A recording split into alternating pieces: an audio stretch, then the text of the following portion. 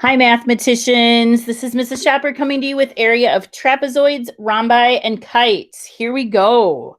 All right. So the height of a trapezoid, okay, is the perpendicular distance between the bases. And so in a trapezoid, the bases are the two parallel sides. All right. So if you remember in a trapezoid, you have one set of parallel sides. The height is the perpendicular distance between them. And so the formula for finding the area of the trapezoid is 1/2 times the height times the sum of the two bases. You could also say that the area is equal to the height times the sum of the bases divided by 2. Again, just like with triangles, pick what works for you and just go with it. All right, so here's a razor blade, and we're going to find the area of the razor blade. So you take 1/2 times the height times the sum of the two bases. Okay, so 1/2 times 5.5 is going to be 2.75 centimeters squared. All right. So adding the two bases together and then finding your height. Okay.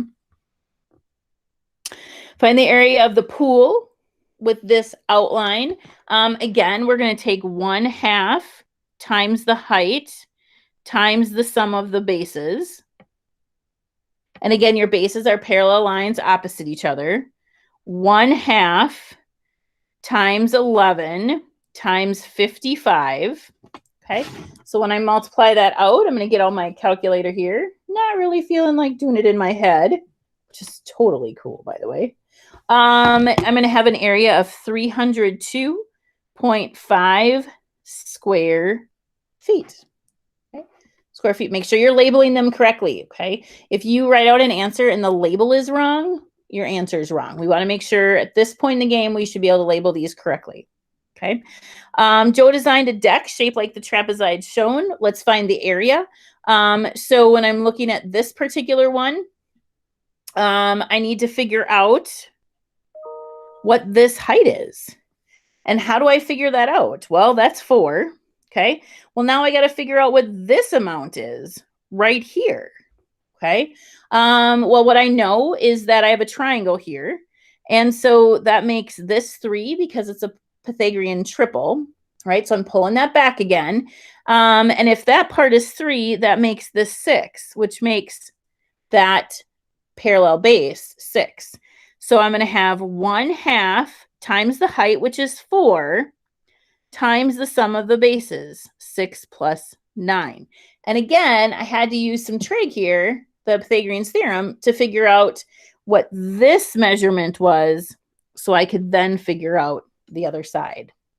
Tricky. All right, so 2 times 15 is 30 feet squared. Good times, good times. All right, the trapezoid has an area. Ooh, it's telling us the area, and we need to find the height. I love this. I love this. Okay, so 210 is equal to 1/2 times the height, which we don't know, times the sum of the bases, which is 70. So 210 is equal to 35x. We're going to divide each side by 35, and x equals 6. So the height is 6 yards. The height is 6 yards. Okay.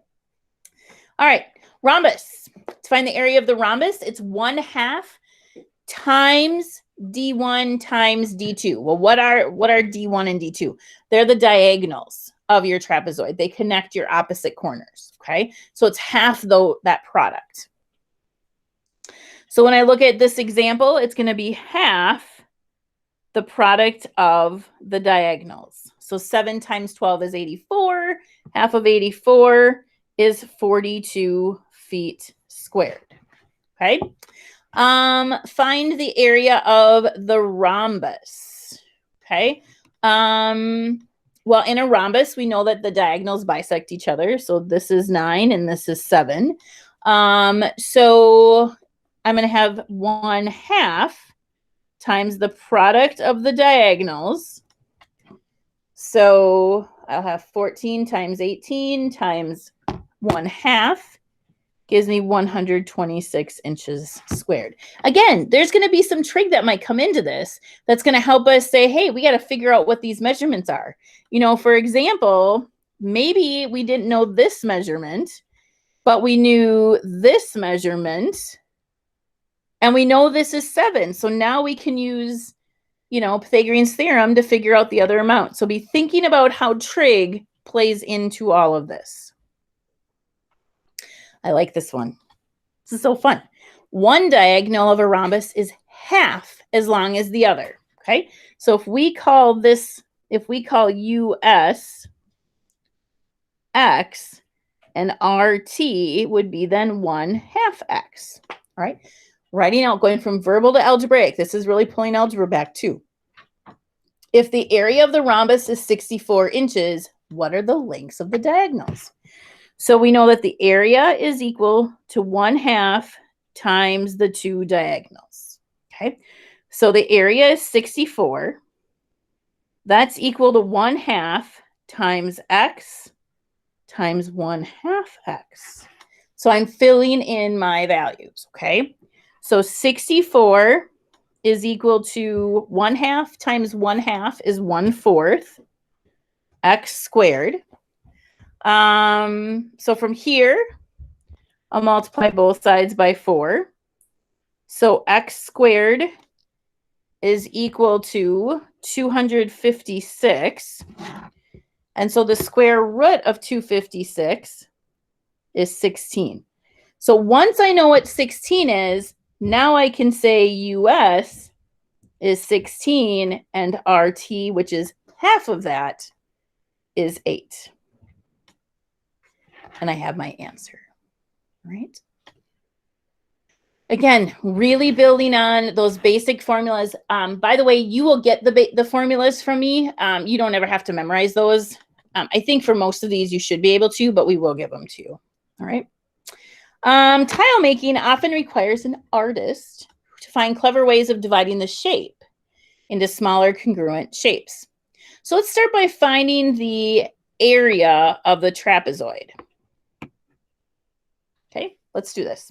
The area of the trapezoid, look at this. Look at that. This is fantastic. You're like, how is it fantastic? Because we get to figure out the height and we get to use trig functions to do it. All right. We know that this is 1.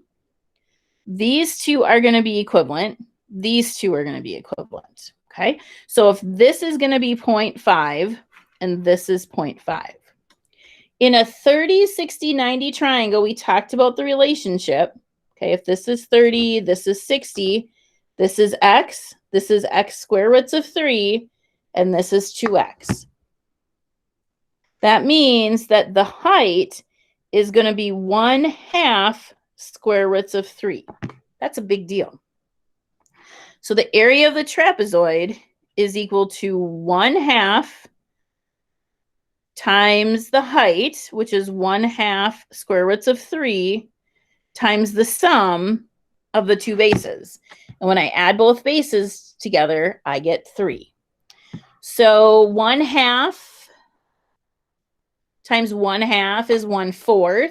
1/4. So we've got the area is equal to 3/4 square roots of 3. Notice how I'm keeping it in simplest radical form, because that's an exact answer. So we need to show how to divide the trapezoid into 3 congruent triangles. What is the area of each triangle, and what is the area of the 3 triangles added together? All right, so we got to take this trapezoid and divide it into 3 congruent triangles. See how this works. Okay. So I would say I'd probably have to do this, huh? Wouldn't that be my 3 congruent triangles? Saying probably so, right? And so then what is the area of each triangle? And what is the area of the 3 triangles together? Well, if I add them all together, the total area should be 3 square roots of, or 3/4 square roots of 3. But the area of each triangle is going to be, we're going to multiply by 1/3. It's 1/4 square roots of 3 units squared. So I'm taking 3/4 and multiplying it by 1/3. Lots of fun math there, like super fun math. So here is a recap of the different formulas that we talked about. You can go ahead and use that, put it on your note card. I will also get you that information. All right. I hope you have a fantastic day, and we'll catch you soon. Bye.